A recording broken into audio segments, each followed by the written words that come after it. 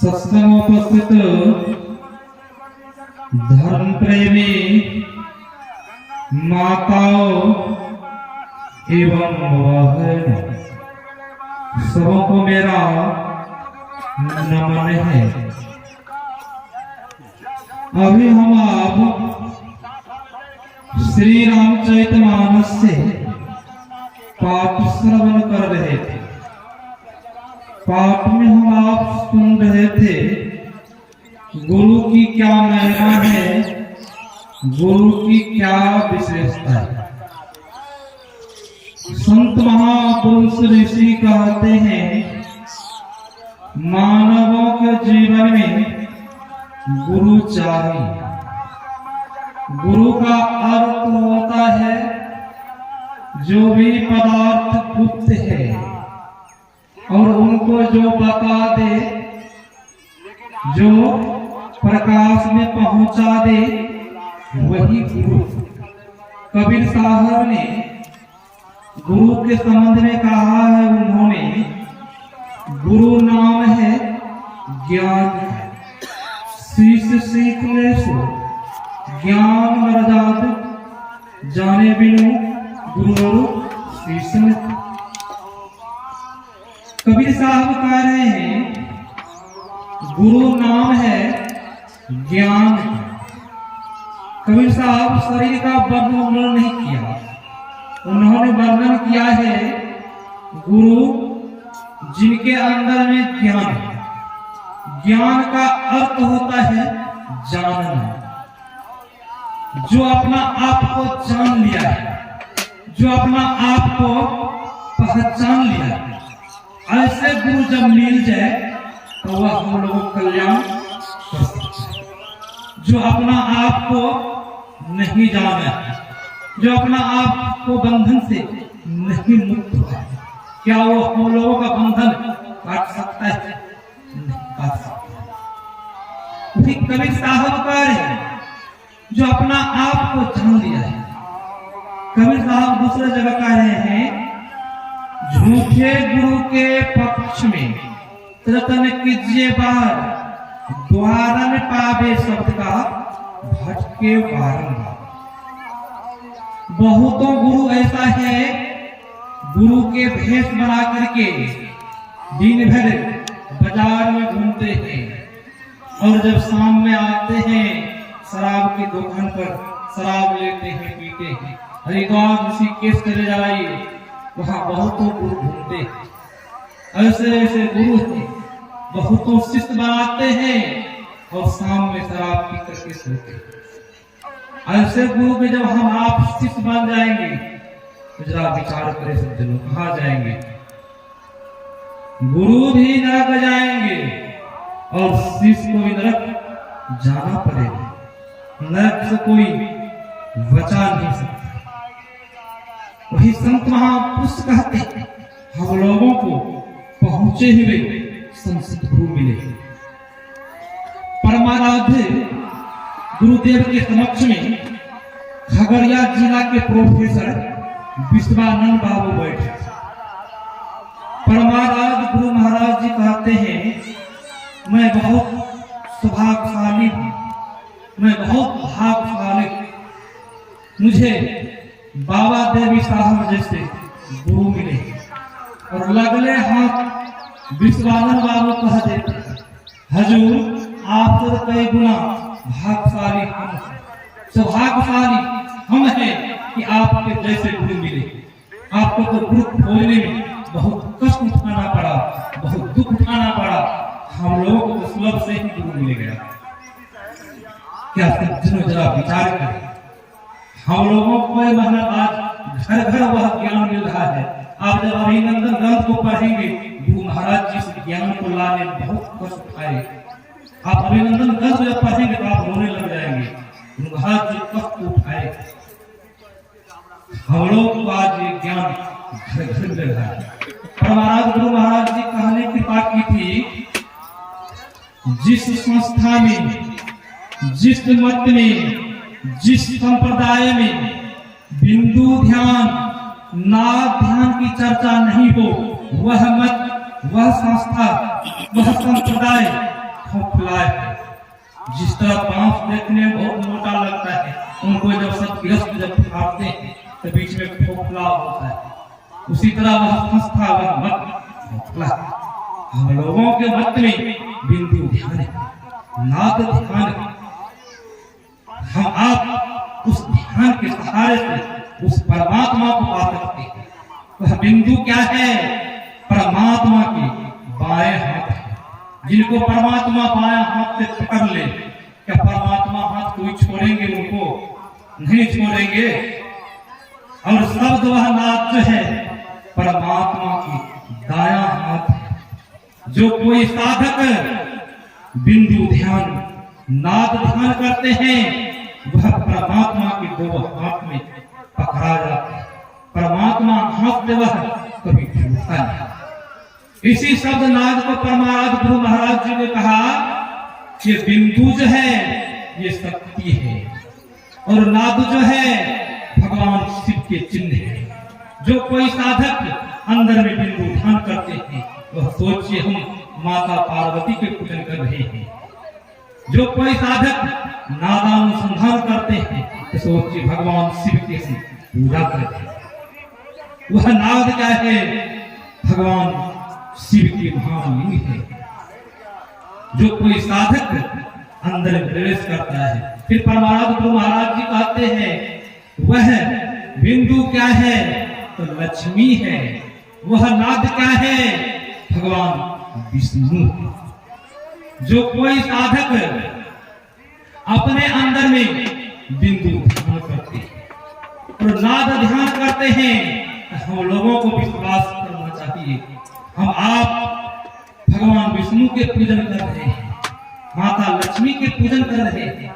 हम लोगों को विश्वास नहीं, अंदर में चलते तो हैं, विश्वास नहीं। इसीलिए संतों ने कहा 100 वर्षा भक्ति करे, एक दिन पूजे राम, सो अपराधी आत्मा परे शुभास।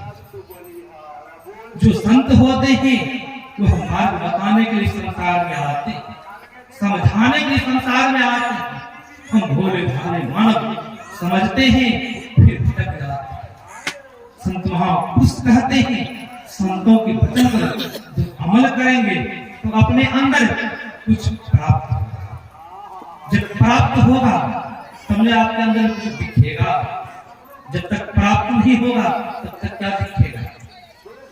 संत महापुरुष ऋषि सबों का इशारा एक ही है, अपने अंदर में चलने के लिए सबों ने कहा।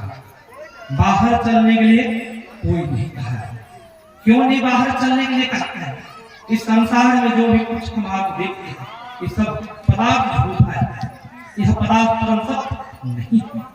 हम लोग जो भी कुछ देख रहे हैं इस संसार में परिवर्तनशील है। सबों में परिवर्तन होता है। एक बच्चा जन्म लेता है, उसमें परिवर्तन होता है। परिवर्तन होते होते जवान होता है, एक दिन बूढ़ा हो जाता है, एक दिन मृत्यु हो जाती है, उनका नाश हो जाता है। ये संसार क्या है? झूठा है। इस संसार में जो भी कुछ देख रहे हैं परम सत्य नहीं है। जिस ईश्वर को हम आप चाहते हैं आंख से देखने के लिए, वह ईश्वर को हम आप आंख से नहीं देख सकते। वह ईश्वर प्रत्येक आदमी के अंदर में है। ईश्वर का दो रूप है। उपनिषदकार ने कहा एक ईश्वर का मूर्त रूप है। वह मूर्त रूप मंदिर मस्जिद में जो मूर्तियां हैं वह क्या है? मूर्त रूप है। जो कुछ आंख से दिखता है वह मूर्त रूप है। वह सगुण है, साकार है। उनसे परम कल्याण होने वाला नहीं है। उपनिषदकार ने कहा वह मूर्त रूप असत्य है, झूठा है। दूसरा है अमूर्त। अमूर्त रूप इस आंख से नहीं दिखाई पड़ता है, तब उनको कहां देखेंगे? जब इस आंख से नहीं दिखाई पड़ता है, वह ईश्वर प्रत्येक आदमी के अंदर में है। अपने अंदर में चलना होगा। जब अंदर में चलेंगे तब उस ईश्वर को जब पालेंगे, हम उस लाल को जब पालेंगे, पुनः इस संसार में आना नहीं पड़ेगा। संत महापुरुष जो होते हैं, समर्थवान होते हैं, वो संसार में सबों को चाहते, भला चाहते हैं कि सबों का कल्याण हो जाए। एक संत हुए नामदेव जी महाराज। उनका बचपना उम्र था, उसी समय उनका पिता मर गया। वह नामदेव जी महाराज अपने नाना जी के यहाँ चला गया। नाना जी के यहाँ रहते थे। उनका नाना जी पूजा पाठ करते थे और भोग लगाते थे। संत नामदेव दास जी महाराज देखते थे कि मेरे नाना जी पूजा पाठ करते हैं, हमें भी पूजा पाठ करना चाहिए। नामदेव जी बराबर देखते थे कि नाना जी भोग लगाते हैं, पूजा करते हैं, हमें भी पूजा करना चाहिए। होता क्या है, नाना जी से कहते हैं, नाना जी मैं भी पूजा पाठ करूंगा। नाना ने कहा मैं कहीं जाऊंगा तब तुम पूजा पाठ करना। नाना जी उनके कहीं जा रहा था। नामदेव जी महाराज ने कहा आज तुम पूजा पाठ कर लेना।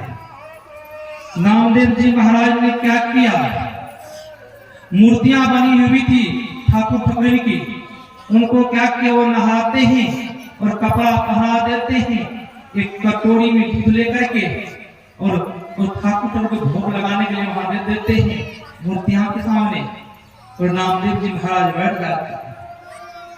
कुछ देर बैठते हैं तो नामदेव जी महाराज कहते क्या हमसे कोई भूल हुई है, गलती हो गई है, आप सब दूध नहीं पीते हैं, दूध पीजिए।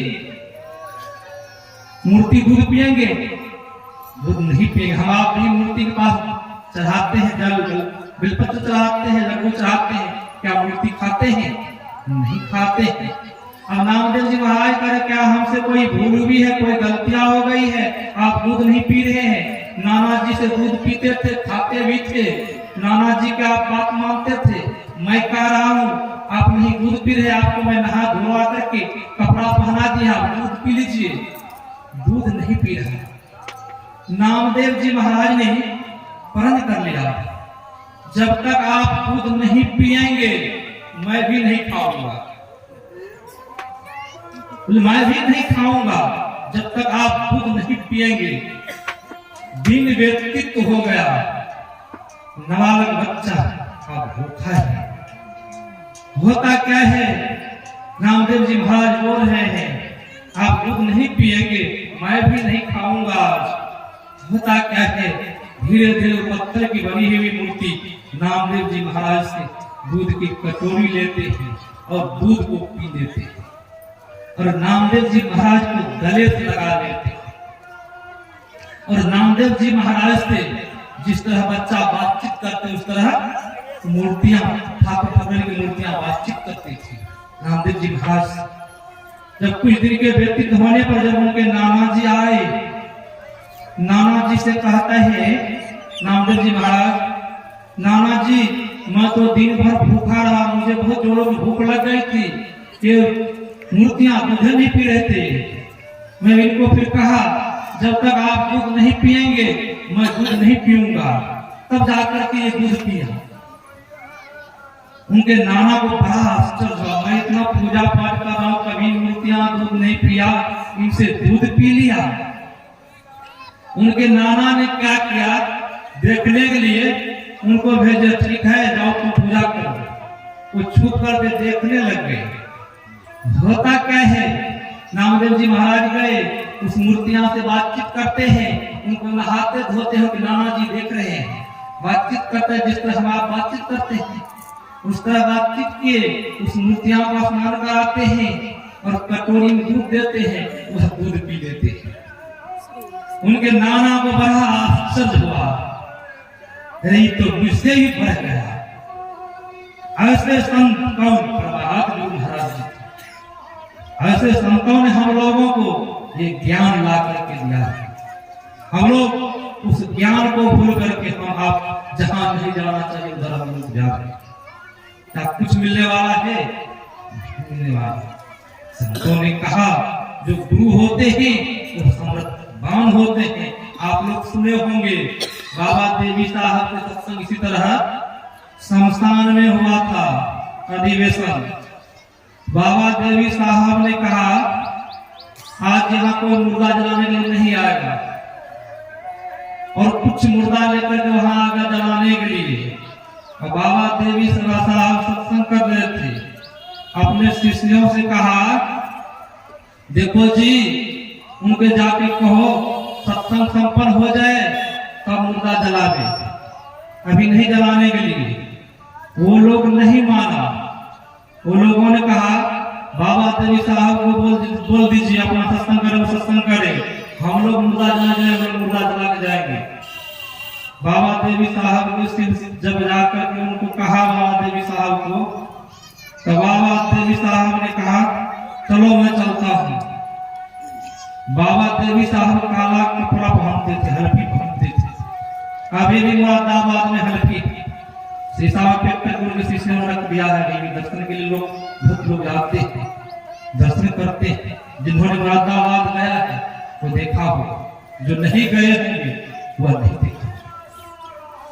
बाबा देवी साहब हाथ में छड़ी लेते, काला कपड़े पहने, और शमशान की तरफ, शमशान सत्संग हो ही रहा था, कुछ उधर दूरी में लहाजाज वो लोग आया था।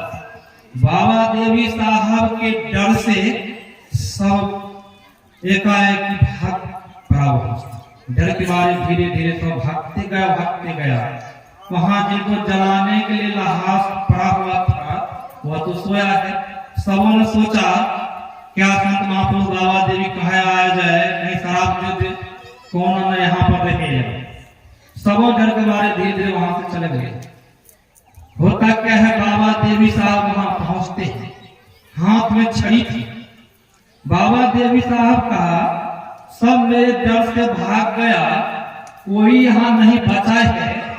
और छड़ी लेकर के जो मुर्दा सोया हुआ था उनको ऐसे ऐसे करता था, मेरे डर से उन्हें मारता, ठोकर मारता, मेरे डर से सब भाग गया, तुम अभी तक नहीं भागा है।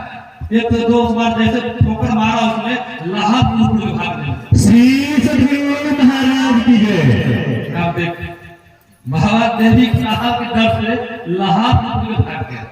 संत ऐसे होते हैं, गुरु ऐसे होते हैं। परमात्मा गुरु महाराज जी हम लोगों के ऐसे थे। इनके वचनों पर जब विश्वास करें तो कल्याण होगा। हम लोग गुरु महाराज जी को मानते हैं, गुरु महाराज जी की नहीं मानते। उनके कहे हमको जब मानेंगे तो पंचशील बनने के लिए कहा है, पंच पाप में से एक पाप नहीं करने के लिए कहा है। क्या कहा? झूठ बोलने के लिए, पान ज्यादा खाने के लिए, बीड़ी सिगरेट गांजा झूठ बोलने के लिए नहीं कहा है। तो फिर क्यों झूठ बोल लेते हैं? कभी घर में जब लड़ाई होती है छुपाने के लिए थोड़ा बहुत झूठ बोल ही लेते हैं, थोड़ा बहुत बेईमानी भी कर लेते हैं, शैतानी भी कर लेते हैं, तमाकुल भी खा लेते हैं। जब पंच पाप में से भी पाप करें, क्या विश्वास करना हुआ? हम आप विश्वास कब नहीं कर रहे। विश्वास करना तब हुआ जब उनकी बताई बात हम आप सुन रहे। संत महापुरुष कहते हैं जब उनके बताए मार्ग पर चलेंगे तो हमें कल्याण होगा। जिसका कोई बर्तन हम उसमें कोई सामान रखने के लिए चाहे, बर्तन में छेद, क्या पानी टिकेगा? दूध टिकेगा? बर्तन में छेद है। शरीर क्या है? शरीर बर्तन है। इस तरह को पढ़ेगा, इस तरह को शिवालय कहा है, मंदिर कहा है, इस तरह को ठाकुरबाड़ी कहा है, इस तरह को खेत भी कहते हैं। स्त्री क्या है? खेत। स्त्री खेत है। खेत में बर्तन में जब छेद हो तो दूध नहीं टिक सकता, पानी नहीं टिक सकता। हम लोग एक तरह में विश्वास करके भजन करेंगे, सुमन करेंगे तो हम लोगों का जीवन कल्याण होगा, सार्थक होगा। यही आप लोगों की सेवा मैंने सुनाया। मल्याण।